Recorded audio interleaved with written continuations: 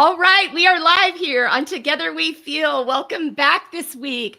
I've got a panel of women here with me today. You're going to meet some new faces. You're going to see a combination that hasn't been together before in this format. And I'm excited to have this really important conversation this week. Before you can have a healthy relationship with anyone else, you have to ensure that your relationship with yourself is whole. Boy, this is such an important discussion. This is a journey that women usually have to confront at some point in their lives. It's going to come up in some way or another if you haven't addressed it out front already, which most of us haven't. Most of us, that's not what we're taught when we're little girls. That's not the narratives that we hear. We see a lot of really enmeshed, codependent relationships in our world and our lives.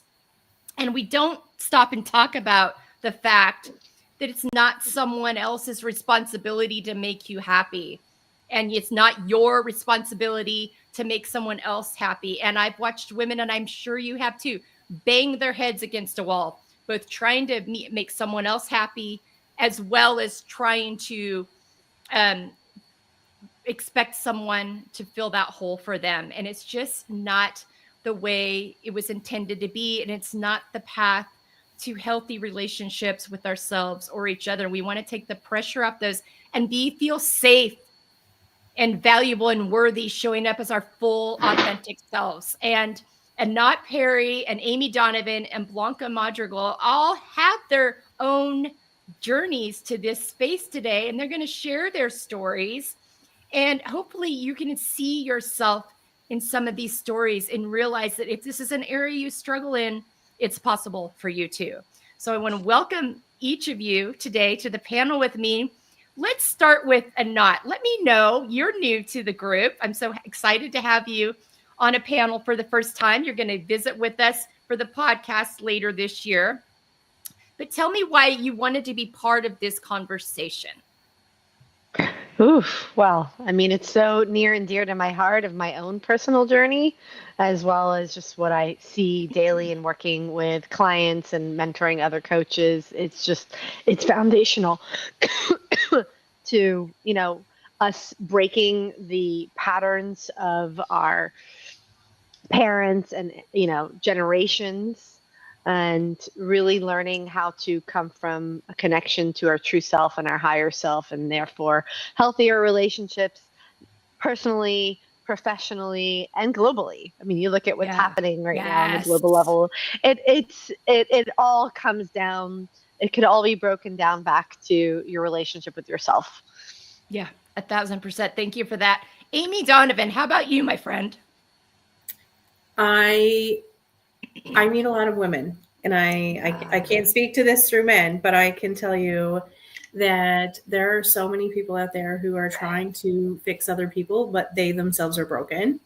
And until we really look at ourselves and realize what it is that we need and what we want, and we're willing to work on that and give that to ourselves, we're not able to fix anybody else. We're not able to give what other people need because we're not giving it to ourselves. And I think that's a priority. So when you mentioned this topic, I was like, yes, I watch so many women try to work through situations where really the work needs to start with them. And I'm really delighted to be here. Yeah. Mm-hmm. Thank you so much. Blanca, how about you, my friend? Wow. It's all similar stuff. Oh, sorry. I work with a lot of women and men. So I like to encourage people to see themselves through a lens of appreciation, if you may, right? So not just how they look, but who they are. And so we're doing a study of the self through images. A lot of people hesitate. They know they need an image. They know they should, update their online look, but they hesitate to step in front of the camera. Unsure of themselves, unsure if they deserve to be seen. So, but self-love means embracing ourselves fully, right? And photography, for me, is a powerful way to do that. I love that. So good. Okay, so back to Anat. Tell us your story. Tell us how you got to this place, because you've all said, okay, yes, I'm here, I understand it. But people, there's got to be women out here listening like, I want to be there. I don't know how to get there. Can I get there too? So, and not tell your story. And then we're going to have Amy and Blanca do the same. Yeah. So I would say it goes back to what I learned in childhood. You know, my mom's focus was always think positive, you're fine, which again, she had good intentions, not realizing though that she wasn't teaching me to nurture myself and to be with the discomfort or any quote unquote negative emotions that I was having. And so, right then and there, I didn't even know how to nurture myself. And that formed one of my patterns of always needing others to make me feel better, being needy, being clingy in that way. And then my dad always working to take care for to take care of the house and the family. I learned that love isn't always there for you, that men aren't always there for you, and that you're invisible, that you don't matter. So it formed this need to be a people pleaser in that sense, you know, afraid to lose that connection to love. You know, father being the role model for everything that's not the self, love, first love of our life, first experience of something outside of us loving us. Mom being the experience of the self, of nurturance, of home base, so to speak. And it's like not having that connection to myself are the two things that had me for most of my adult years until I healed this, be in relationships with men who were emotionally unavailable and be super codependent on them to feel safe. Yeah. Yeah. And so where was your turning point where you were like, this is not serving me? Yeah, it was a rock bottom moment of a 5-year relationship coming to an end, and then going through a period of time of blaming and feeling like the victim, to realizing that the only reason the relationship went the way that it went is because I didn't love myself. And if I actually loved myself, I probably wouldn't have stayed in it as long as I did, point blank. And so that was about 12 and a half years ago. And then starting to recognize that as much as I think I know, there's a difference between knowing and actually feeling through something and learning to love myself. And so that began my journey of self-love and my journey to deeper healing work. And then my journey to now what I do, which is helping others learn to fully feel and find that deep love and connection to themselves. Yeah. And one of my favorite things you do, and this is something we connected on, I think, when we determined, oh, this is a good match, is you talk a lot about, let's get rid of the toxic positivity. We got to make room for all the emotions. And I talk about this a lot too, to feel them, process them, move through them. You can't think your way to gratitude authentically. You've got to make space to feel and process everything. So that gratitude is authentic and coming from a real space. But this idea we've been given, and you used an example earlier, and we heard it a lot from our parents growing up, that, don't be so negative, or, change your attitude, or, okay, instead of getting curious about why is my attitude that way? Why, or why do you think because I brought up this concern that means I'm not grateful? I can be grateful for a scenario, for being provided for having a roof over my head, and also see that there's some things that we could need to be shifted, need to be changed, need to be addressed. Correct. Absolutely. Yeah. So you want to know? Yeah. Tell me more about how you got there. Unlearning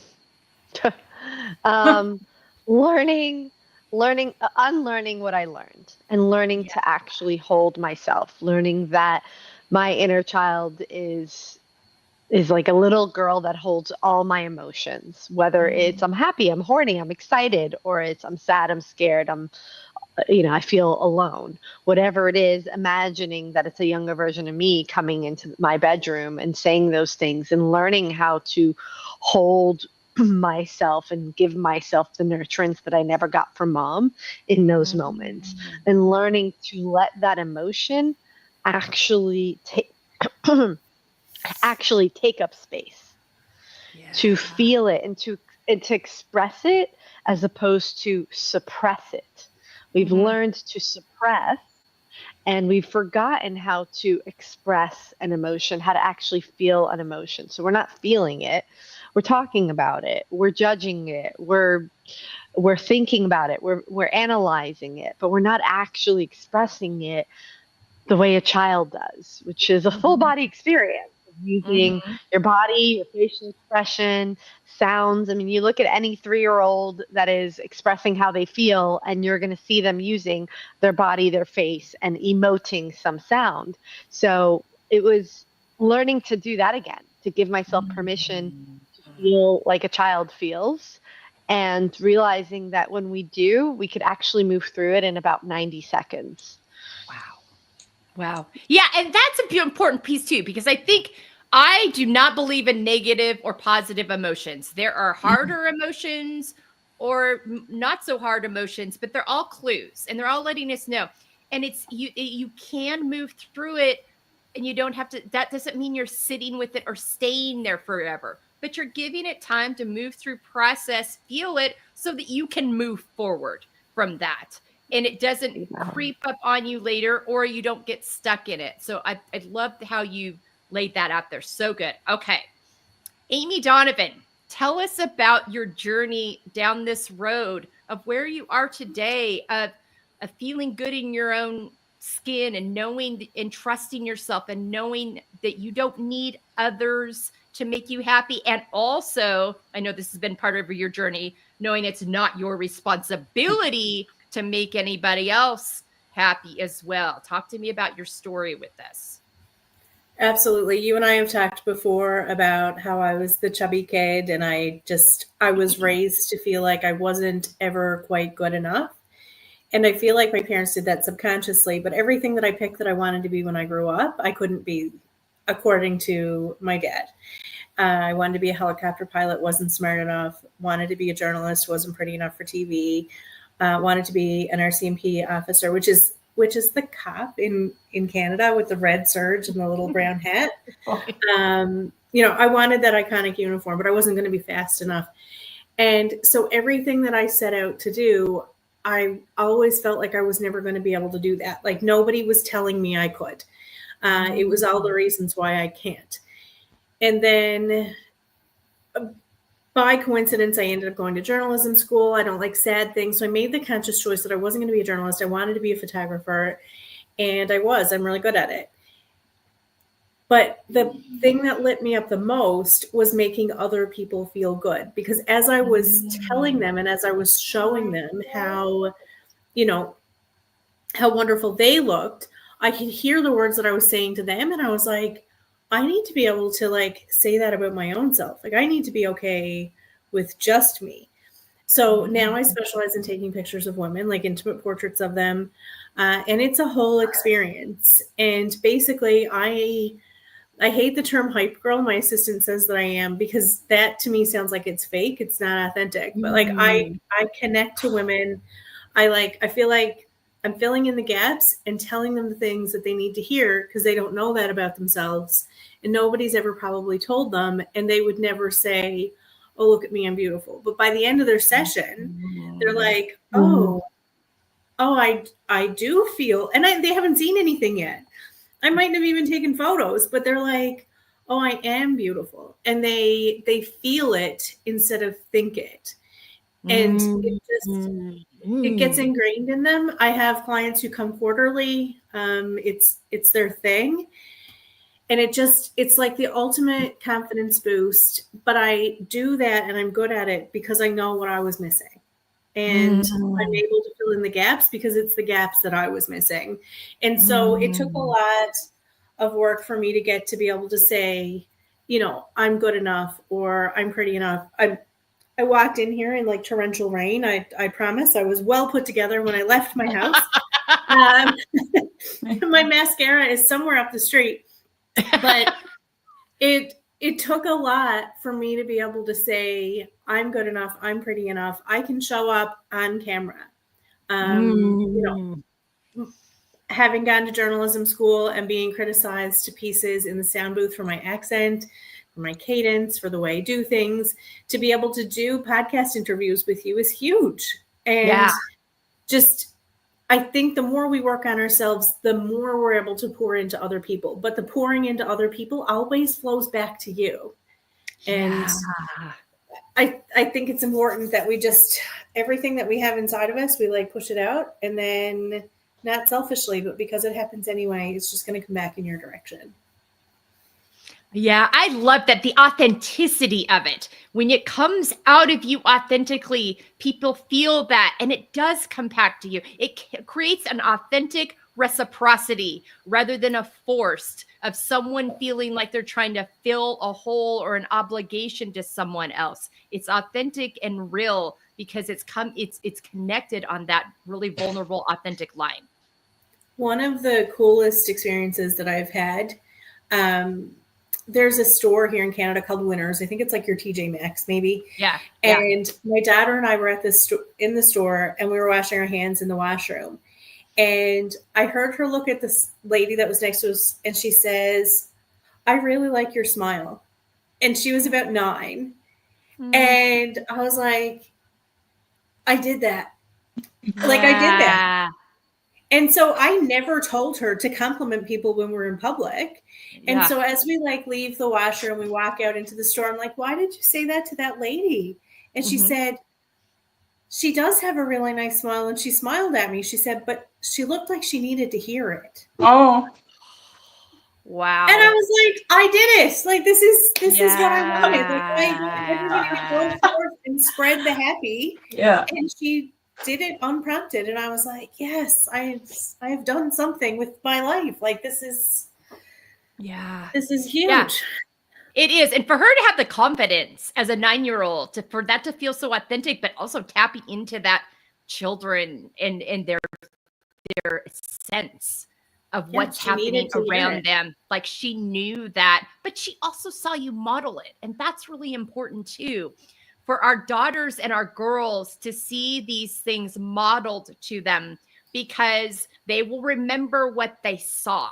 Like, if your words and your actions don't match up, they will remember that too, but they will remember what they saw. And I think that's so important. You also have done something in your work that I think is so powerful, where you've really, first you got into boudoir photography by accident, which listen to the podcast for that, and panel shows in the past for that funny story. But also it went from when you moved into it, you Googled it, you learned about it, you started doing it. You were able to make a shift where when you were doing this photography for women, you were very intentional that this was for them, not for someone else. And if someone else happened to appreciate it or love it or give it all the affirmation that it should be getting, that wasn't the point. The point was for them. And so talk about that a little bit too, because I love that powerful transition that you very authentically and organically made through experiences you were having with photography with these women. So it was probably, it could have been about 10 years ago now. I'm going to look back and see how long ago that was. But when people do boudoir photos, typically they're doing them as a gift for their spouse, for their significant others. It's for a purpose. There's an anniversary or a birthday or something. And I had a client who flew to me to do her photos. She was here for 3 days. We went and we shopped and we picked out her outfits. She had her hair and her makeup done, and then we did her photos, and she looked absolutely incredible. She loved her photos. Like, she was in love with them. She was like, these are better than I ever could have imagined. She was so grateful. So she took this album home, or shipped the album to her. Sorry. She gets it and she gives it to her husband. And his reaction to it was completely flat. He was like, "Oh, that's nice." And she was devastated. She was like, I feel really, I don't know how to feel about this. Like, I love them and he doesn't care about them at all. And then she did the coolest thing. She calls me, and instead of being done it, she says, "I need you to take those pictures and you put them on the internet." Like, my favorite.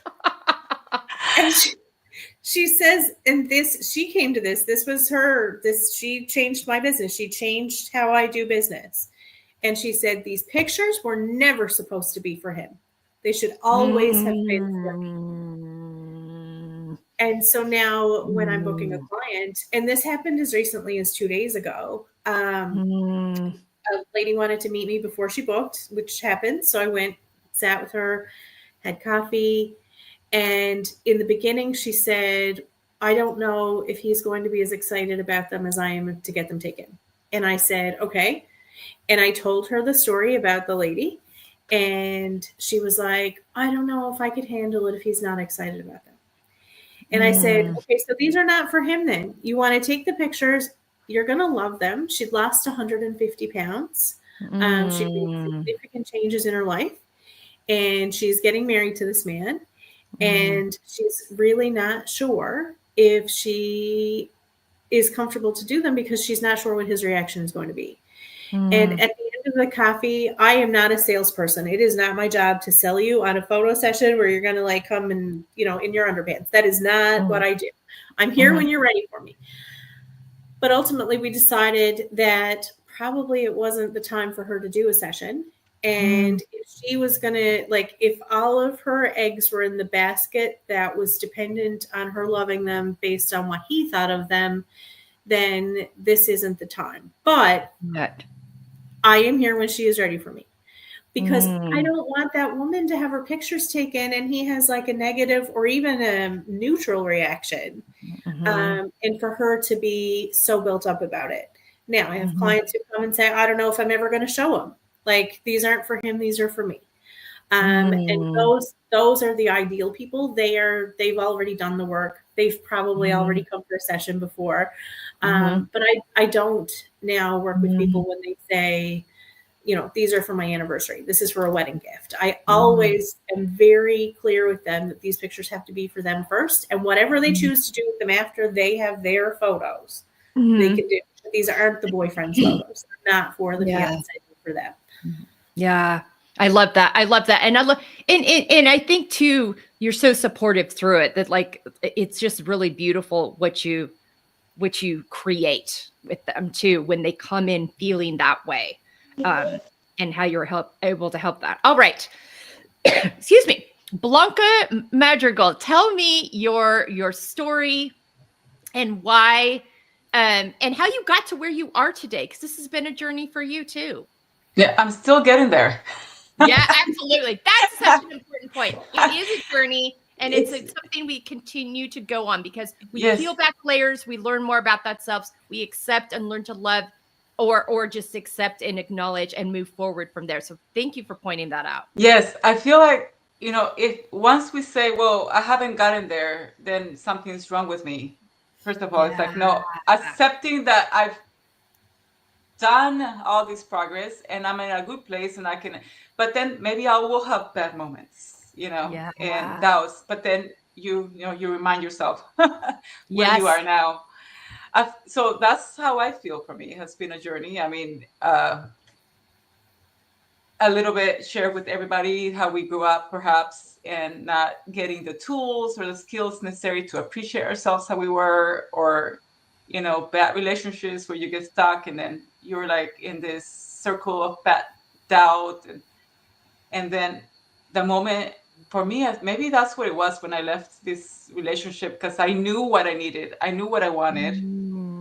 And then, you know, I was doing all this work for myself. And then the moment I was just me again, like that was it. I went back to happiness, back to appreciation and acceptance. And like I said, it's a work in progress. Yes, it is a work in progress. Yeah. So talk to me, what you are so Blanca did my photos last week I needed some professional photos done. She and I are right here in Fresno together. And we were able to meet we're both members of Fresno County Women's Chamber, as well as we're both advisors to a really important movement on campus in the Fresno State College of Business for women, those who identify as women, and anyone who comes from a marginalized background. But it's called the GAL initiative, and it's to help these mostly women in this group, move into these career spaces that are primarily dominated by males still, and go in there confidently, go in there self-assured, go in there with the tools and the resources they need. So Blanca and I met in these spaces already. So I knew it was, I mean, we hit it off right away because, again, she and I have done the work to get to these spaces to feel like we want to help and advise and support these other women. We want to show up supporting each other's businesses, supporting each other's initiative, helping these young college students go out into the world with the tools we wish we'd had so they can be on this adventure early and often and have be resourced the way they need to be. And so I asked her, I'm like, I'm way overdue. I need some professional photos done. I need them for my work. She came to my home and it was so fun watching her creativity in action. Probably my favorite thing about the whole experience was watching her create, watching her see my space and see the opportunities within this space. But she made a comment to me as we were going through the photo shoot because I felt very comfortable. I was very much myself. It was fun. It was light. She did a great job of preparing me in advance of drink enough water, get a good night's sleep. Here's what my guy, I suggest outfit wise to make this easy if you want to, interchange colors and different things. But she said to me at some point, she's like, gosh, you just seem so comfortable. She's like, I know what it is. She's like, you are embracing your layers. You've done the work. So you're comfortable in your own skin. You're comfortable being photographed. Yep. You're comfortable. And I was just like, that's the best thing. And I shared it later that day with another group of women that I was talking to. I was like, that's the best thing anyone's ever said to me in terms of like that I can organically show up as and that can be the messaging from just how I am in a room. Boy, that has been a lot of years coming to be in that space. And so you also recognize that. You're very good, Blanca, because I've seen this in action of recognizing that and calling that out in other women as well. Talk to me about that part of it. Yeah, going back to what Amy says, being the hype girl. Yeah. I think I get too excited. And yes, sometimes I'm afraid that people might perceive that we're weird because I'm like, I love to be a cheerleader and I get so passionate about certain things. So I don't know. It's just, I think I appreciate doing that to other people because we were silenced or told not to express things so many times, so I have come out and I like to just say what I feel and what I'm thinking maybe, and, give those comments to people and recognize what you see in others. And sometimes, they may not be seeing that for themselves. So why not mention it? Yeah. I mean, we always regret what we don't do or say sometimes more than what we do or say. So, like, oh, I should have said, you don't want to walk away and say, oh, I should have said this and that to this person, or, you say it. Why not? What do you have to lose? Yeah. By pointing out the good that you see in other people. Yeah. Mm-hmm. And I think that goes back to what Amy said earlier, about that reciprocity that you get when you authentically give out, it comes back to you. And that's definitely the case. I think so much. Okay. So good. So good. All right. We're going to go back around the circle here is there anything you would like to ask any of our panelists or comment on from things you've heard from them? Yeah. Love to ask Amy, like with the boudoir and all that, I know it's probably edgy for a lot of women. And how do you make them feel, for those that don't feel comfortable in it, but they know they want to do it? Like how, aside from, or do you find that there's like deeper stuff that emotionally comes up for them when you're just like, you look great, you're beautiful, like, and you're affirming to them, you're reflecting that to them? So through the process of them booking, I feel like I get to know them pretty well. I meet people, for a coffee or for a drink before they ever come to the studio, or I talk to them on phone. I talk to them on the phone. And we chat about things like, what is it that you like best about yourself? And I never ask what is it you don't like, because people naturally tell you that. Yeah. You know, the first I'll say, what do you like the most about yourself? Like, what is, and it can be physical, it can be part of their personality. Like, what's the best part of you? And they're like, well, I hate my stomach. And I always meet that with humor, because it kind of like, it just takes people off guard, and then it disarms them, because I'm like, oh my goodness, like, I've never met anybody who's ever told me that before, because every single person hates their stomach. Like, we're not here to photograph your stomach. Like, what is it that you love about you? And like, we dig in, and often I'll come home from work in the evening, and I'll be physically and mentally exhausted. And I'll say, I don't think I have enough letters after my name for what I do, because it's like, I'm a therapist. Yeah. It all comes out. Like, it all comes out. And it's amazing that I don't do it intentionally. I don't know how I do it. Maybe it's just my personality. Like, I'm a little bit weird, and I tell very vulnerable stories, and I am a complete open book. So like, people don't feel like they need to hide away from me, because Amazing. I'm going to tell them something incredibly embarrassing, probably before they get up the stairs to the studio. I'll be like, oh my gosh, I got to tell you what happened this morning. And that's just who I am. So my personality makes it a safe space, but I want people to feel like they're comfortable, and I can't do that disingenuous. No, I cannot be disingenuous when I'm doing it. I told you, I'm a bit weird. Yeah. So as they come in and I'm asking them to focus on the positive, but they're telling me the negative, I am then able to be like, okay, so we're not going to focus on that. And I am constantly affirming to them that they look great, because they do. We're all beautiful. I'm picking out the parts of them that are most amazing. And for some people, that compliment is, you take directions really well. Like, some people show up here and they don't know their left from their right, and that's fine. But the people who take direction are like, it's just being able to connect with people. And there's a lot of crying that happens up in here. It's like, because they go right back to telling me about their very first boyfriend and the terrible things that he said to them. And I'm like, yes, I understand that, because this is what happened to me. And then often it's like, okay, and then this, and we create a safe space where we're sharing. My worst sessions are the ones where people do not unload on me, because it's like, I'm giving them directions, they're taking the directions, they're standing there.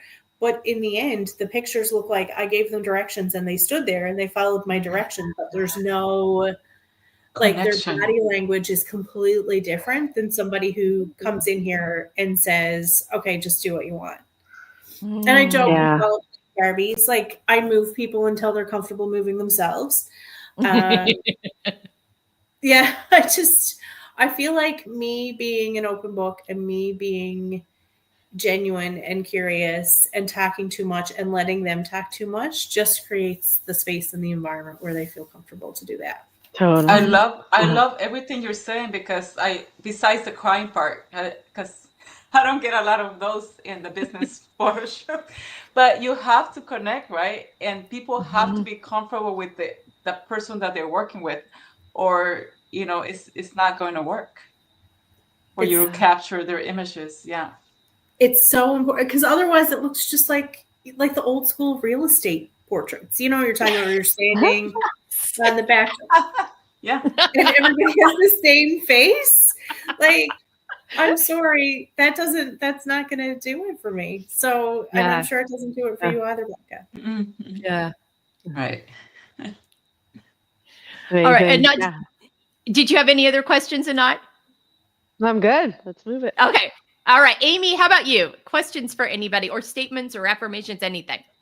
I really want to know about Annette and the inner child things, because I feel like my inner 9-year-old, that's when things fell apart for me. That's when I started, becoming the chubby kid. But then there was a whole lot of nonsense that I had to listen to for a whole lot of years until I finally was like, okay, that's enough.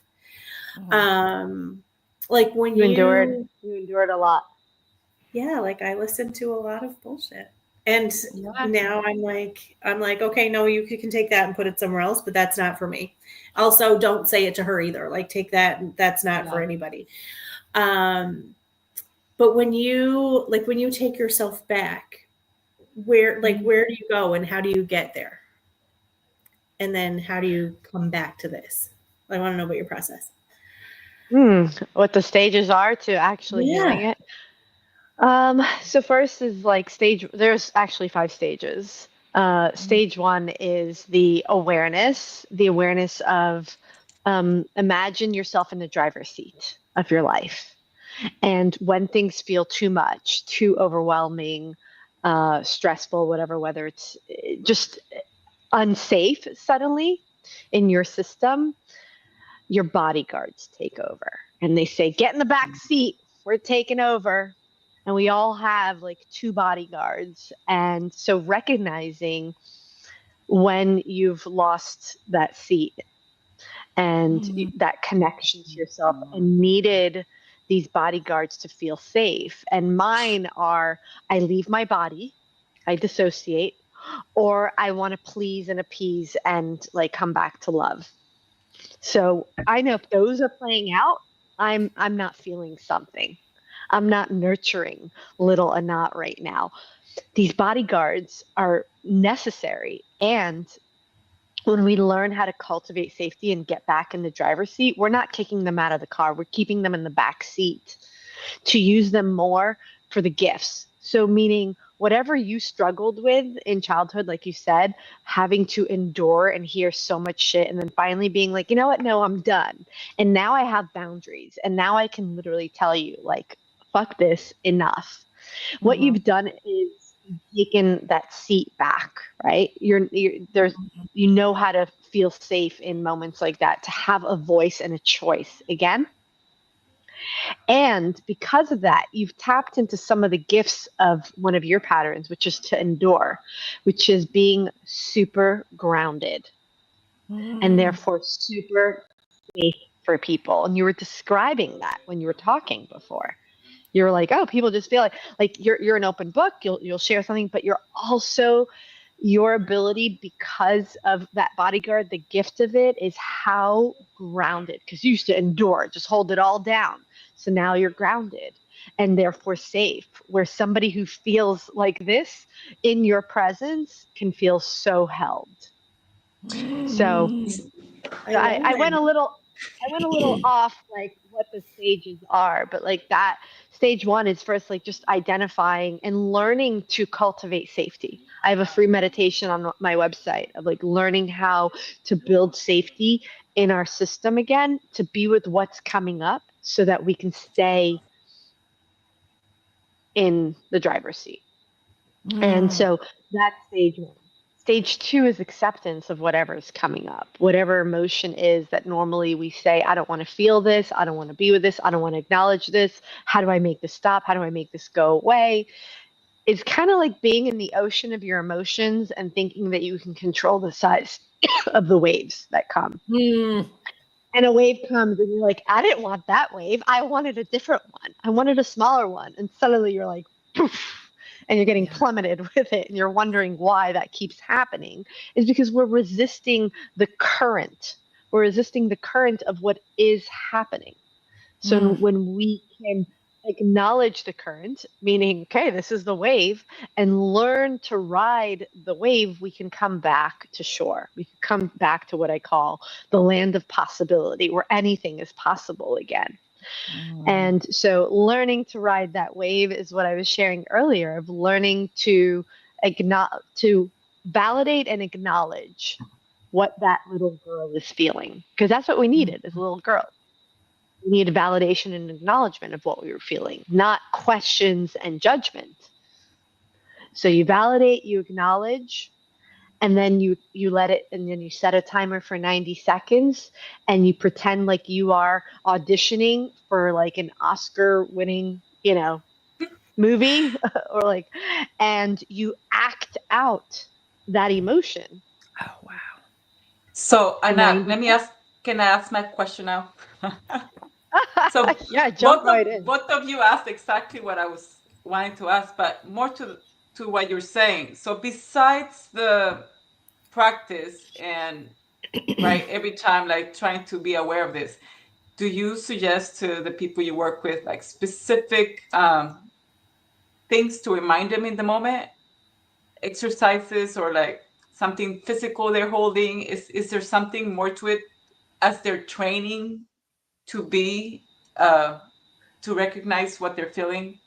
Yeah, I mean, if you want, yeah, you can hold a pillow, you can hold a teddy bear, you can hold a crystal, you can hold whatever you want. You could just get on the floor and get grounded, whatever's going to support you in feeling safe. And I think that comes from practice. And then, yeah, learning to be with our breath and tell ourselves, like, I'm safe. Safe to be in my body, safe to feel this, safe to experience this.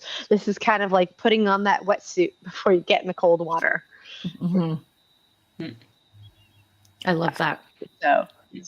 But also understanding that the nervous system, the body responds 10 times faster than the mind does. Oh, that's so the reason why we could have all great intentions, I'm never going to do this thing again, or I'm never going to react this way again, and have all the affirmations around it. But if we haven't worked with our nervous system to retrain it to do that, then it's responding 10 times faster. And before it even gets to your like conscious thought. So at 2.2 seconds, it's responding. At 2 seconds, you're becoming aware of it. Wow. So that's the gift in that, though, is that when you learn to work with your nervous system and retrain it from being so desensitized because we've been suppressing, when you teach it to express again, every time you take 90 seconds to express that feeling, that emotion is like programming it into your nervous system, to like the computer. Hey, when this emotion comes up, it's okay. Discharge it, handle it. So then what's happening is in 0.2 seconds, it's being handled so much so that you can stay present and not lose that focus that you have. Wow. And therefore, you're building your capacity. You're building your nervous system capacity, and you're becoming resilient. So it's not just about healing from your childhood. It's about becoming resilient to handle what life will continue to bring us, which is opportunities and challenges. Yeah. Yeah. Oh. So good. Amy. Yeah. Oh, go ahead, Blanca. Yeah, with all this conversation and too, because I also have a little girl and a little boy, and I'm so aware of this, and I feel like that's also another work in progress that I'm trying to do right now. All of these things apply with them, and knowing that kids are not great at listening to parents, but they're great at imitating them. It's like I try to be conscious of this. Not always perfect, but I do my best, and I do see it. I do see the reaction and the impact that it has to be. So I'm like, my goal would be to have them not have to find their inner child later in life, because with we have the power to address it right now. Yeah. So whoever has Yeah. the little people in their lives, I think like we have that power to try to do better, because now we know. Yeah, and they're learning from watching you and how you take care of yourself and how you regulate yourself. And they're learning by what they see, what they hear, what they feel energetically from you. And then you're modeling it to them. And then again, practicing validating and acknowledging their experiences. And you'll see 90 seconds, they'll be good. You'll be like, wow, Yeah. that's so much easier. Yeah. We've overcomplicated it. Unfortunately, we have, and it's time that we get back to it. So, So that's stage 2. That is just stage 2. But there's a lot there in just practicing that and riding the waves. And then, once you've ridden the waves of it and you've moved through energetically, there's also handling the subconscious mind, the script that we inherited Yeah. of like, well, at some place I learned that this is the way to be. So, Yep. okay, I felt through it, but it's not enough to just somatically feel things. That's why breath work is not enough, and all Right. and movement is not enough, because you want to rewrite the script. Because if you don't rewrite the script, then you're just reinforcing it to happen again tomorrow or the next day. And so stage 3 is exploring, like, who modeled this to me? Where did I Mhm. learn this? Where did I Mhm. learn that, um, you don't matter, you're nobody listens to you? Where did I learn that? Was it mom? Is it dad? Is it what I heard, what I saw? And then if it's mom, then mom is the self. So how you reparent that is you give yourself what you needed in that moment for mom. And if it's dad, it's, well, dad is the self, dad is others, and at some point he let you down from the initial love that he gave you when he first held you. So there's a heartbreak there, and there's to Mhm. acknowledge and feel through that heartbreak. It's a bigger wave in the ocean. Like, we can't really touch on others and stuff with others until we really have a foundation of self. It's kind of like the smaller waves in the ocean are all self-related. The bigger waves are other related and father related. And when if you were to learn to surf, you're not going to go to Bali your first time Yeah. and get in like Yeah. Cape Kahunas. So same thing. There's a lot to build. There's a journey to build in healing through it. But stage 3 is that. Stage 4 is reparenting, and stage 5 is integration, and understanding that integration is on average an 18-month journey, Yeah. especially if you are shifting something that's a big part of your identity, going from being a people pleaser to someone that has a voice, or going someone that endures it all to knowing that they can set boundaries and speak up for themselves. It takes about 18 months to cross that bridge. Yeah. Yeah. I want to say something too about that real quick. You need that retraining the nervous system, because the nervous system is a funny thing. It will go with whatever feels familiar equals safety, and it won't Yeah. necessarily move to whatever is familiar is not serving me anymore. You've got to retrain Exactly. it, and it takes time. It's taken years, for you to get to this space. It's not going to just happen the first few times out. And I think sometimes we mistake the discomfort from that, from thinking we've done something wrong or we're making a mistake. It's like, no, no, no, no. You're learning a new Yeah. pattern. You've got to get your nervous system to believe that this is the actual place of safety. And this is the place we need to move to. So you addressed all of that so well, but that was a big part of me in my own work, learning that, and learning that discomfort didn't equate to I'm doing something wrong, or someone else's response to the shifts I was making didn't mean I was doing something wrong. Exactly. Yeah. You just Yeah. Yeah. Yeah. Yeah. Any other questions, Amy? No, I'm good, but I really like that. Yeah. Like, Thank other you. people's reactions do not define like whether something is right or wrong. It's just their reaction. Yeah. And when you're Yeah. coming out of codependency and people pleasing, which so many of us are recovering from, that's a hard thing to move. I mean, it took me a couple years to not feel guilty for other people's responses anymore. I have gotten to the place now where I have some very specific boundaries of, with certain people in my life, I'm going to have to love you from afar. Yeah. Unless there's some shifts, and I've given up after many years of pleading from my children and my husband. Quit trying to get them to do something they are not willing to do. You've got to accept, Yeah. and it has nothing to do with you. You haven't done anything wrong.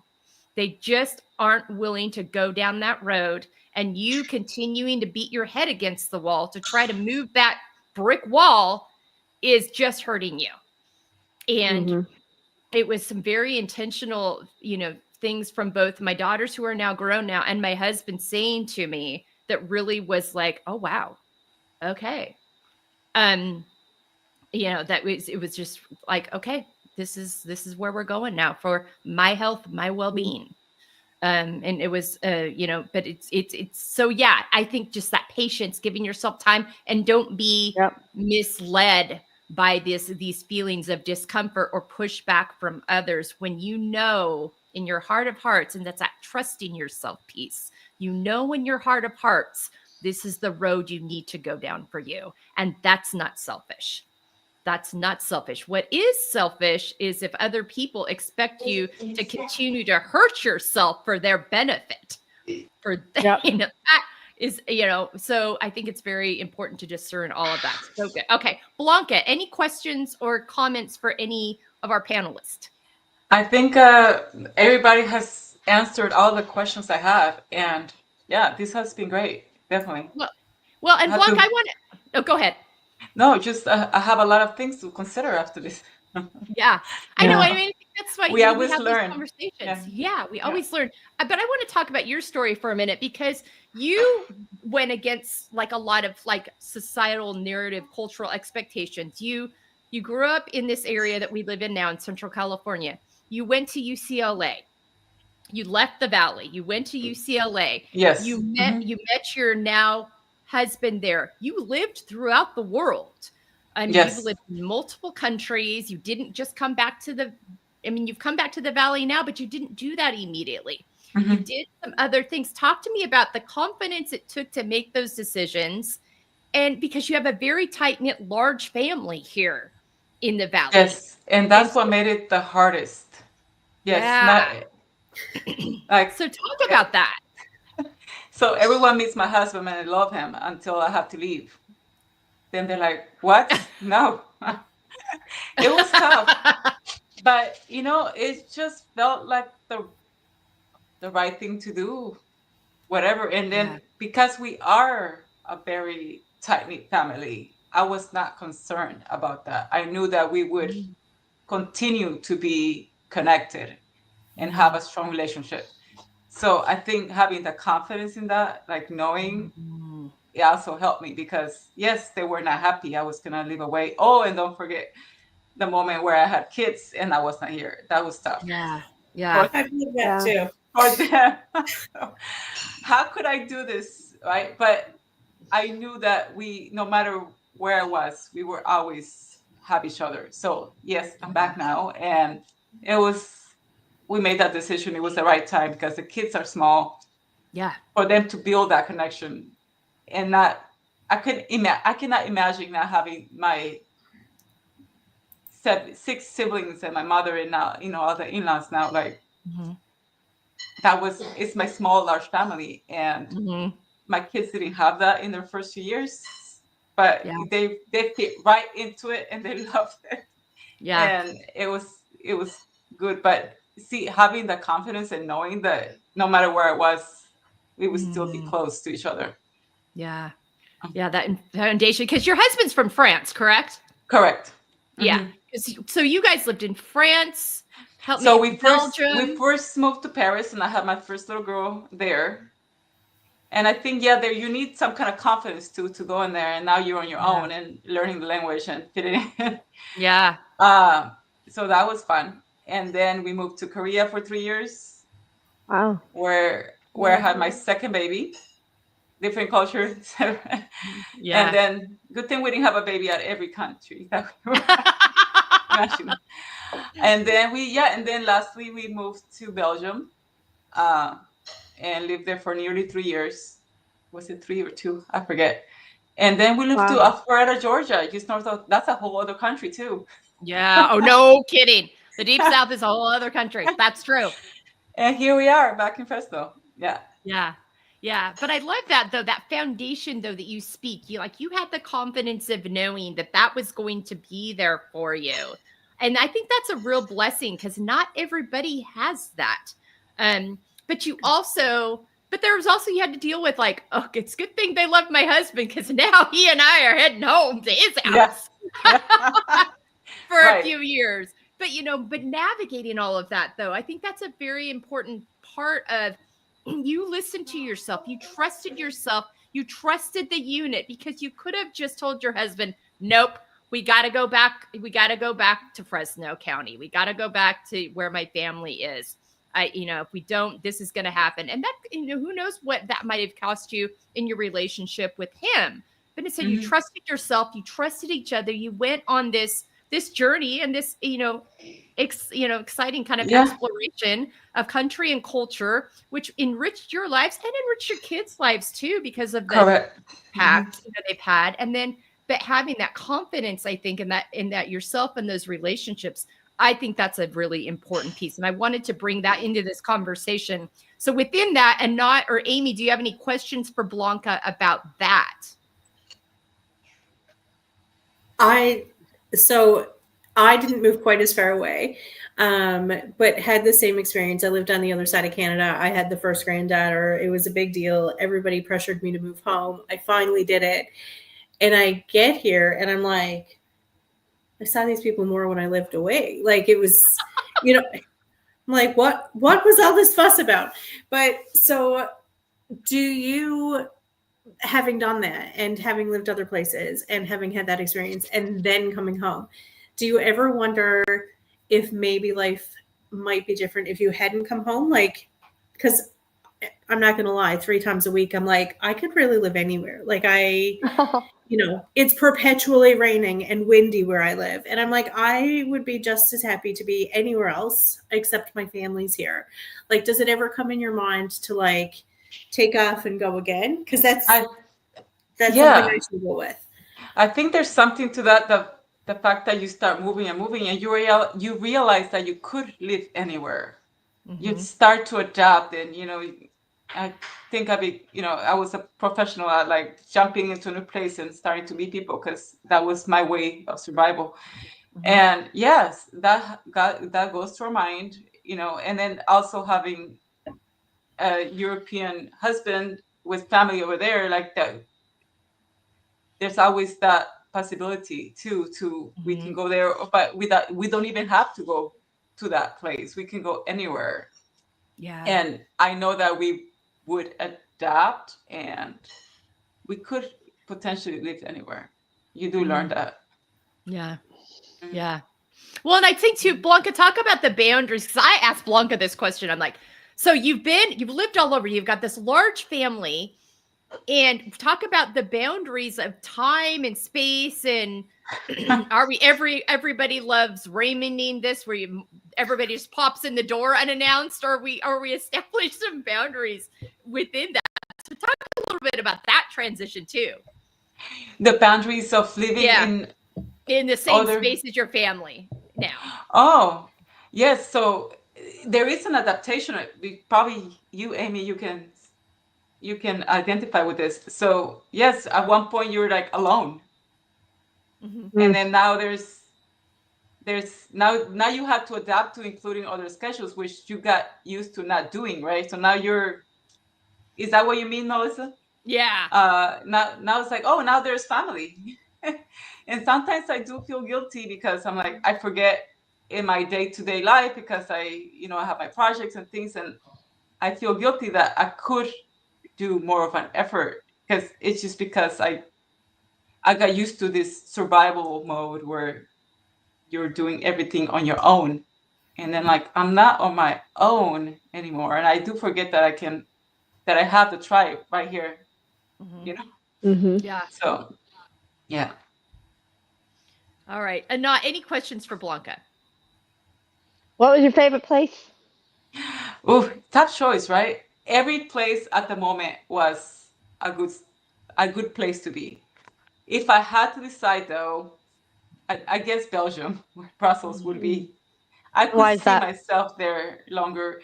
I think it was where we were living, that we were in this big city with this international community. I mean, at one point I was working with a Croatian, a Spanish, and English.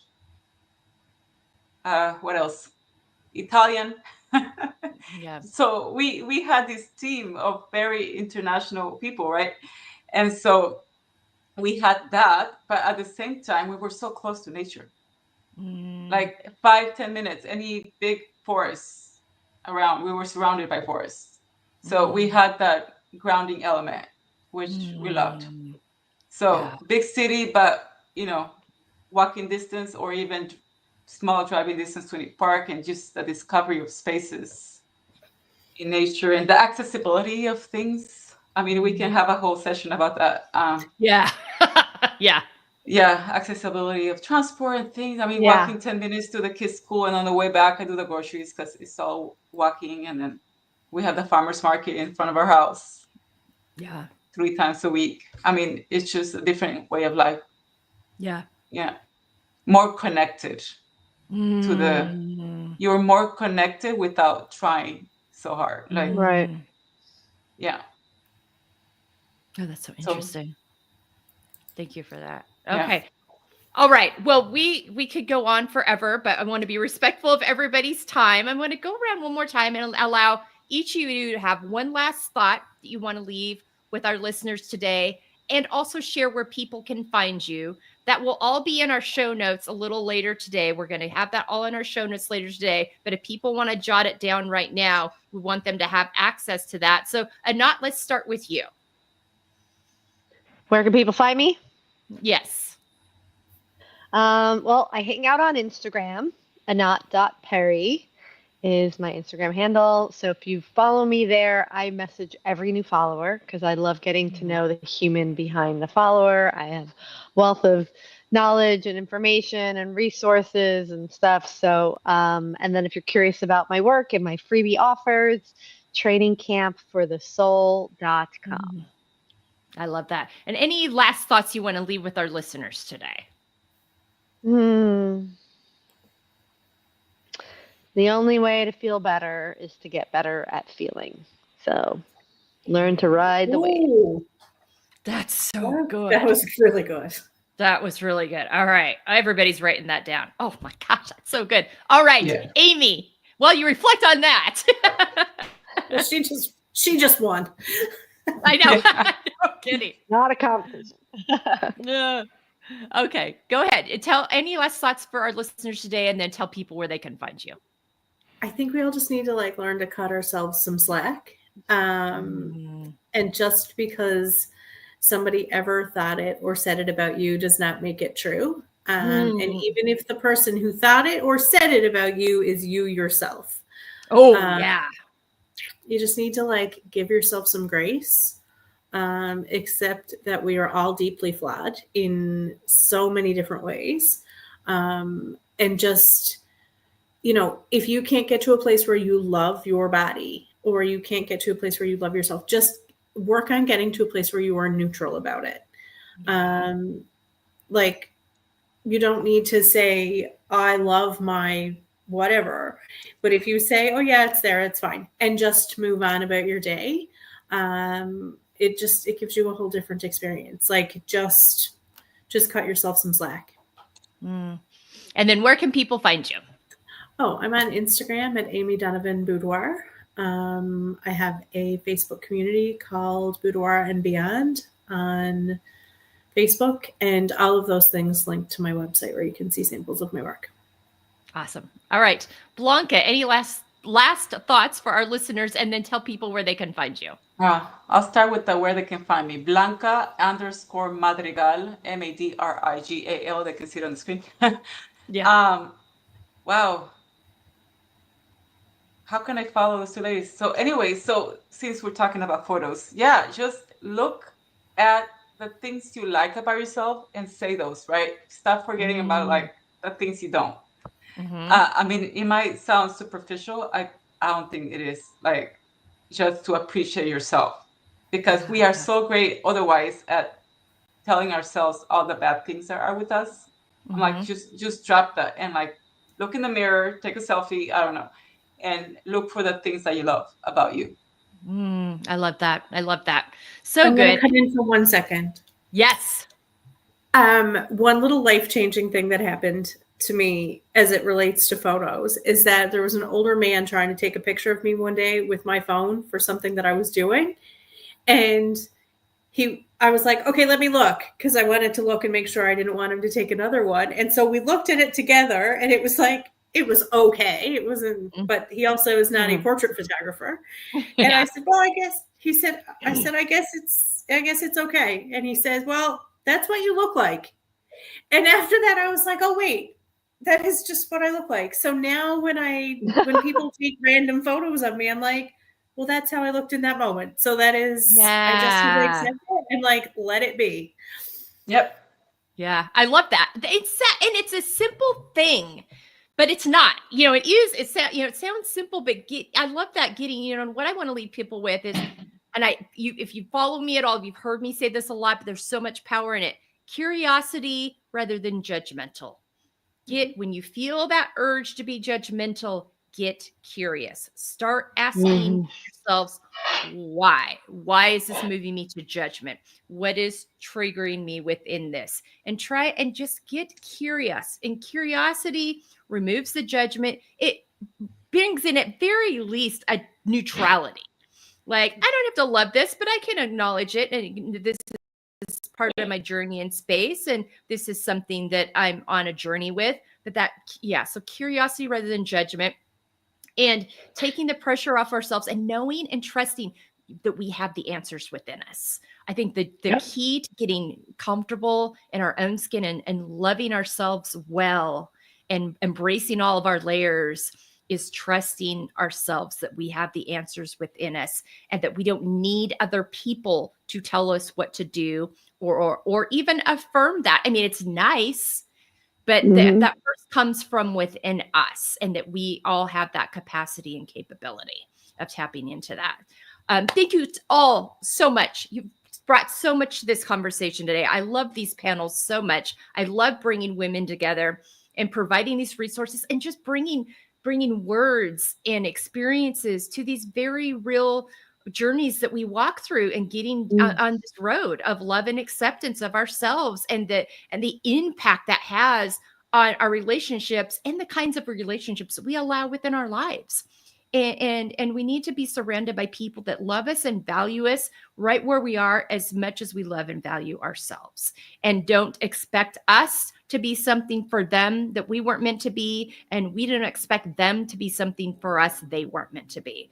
It takes so much pressure, and it invites authenticity, curiosity, and just genuine love and support. So thank you all for joining me in this conversation today as we've been talking about.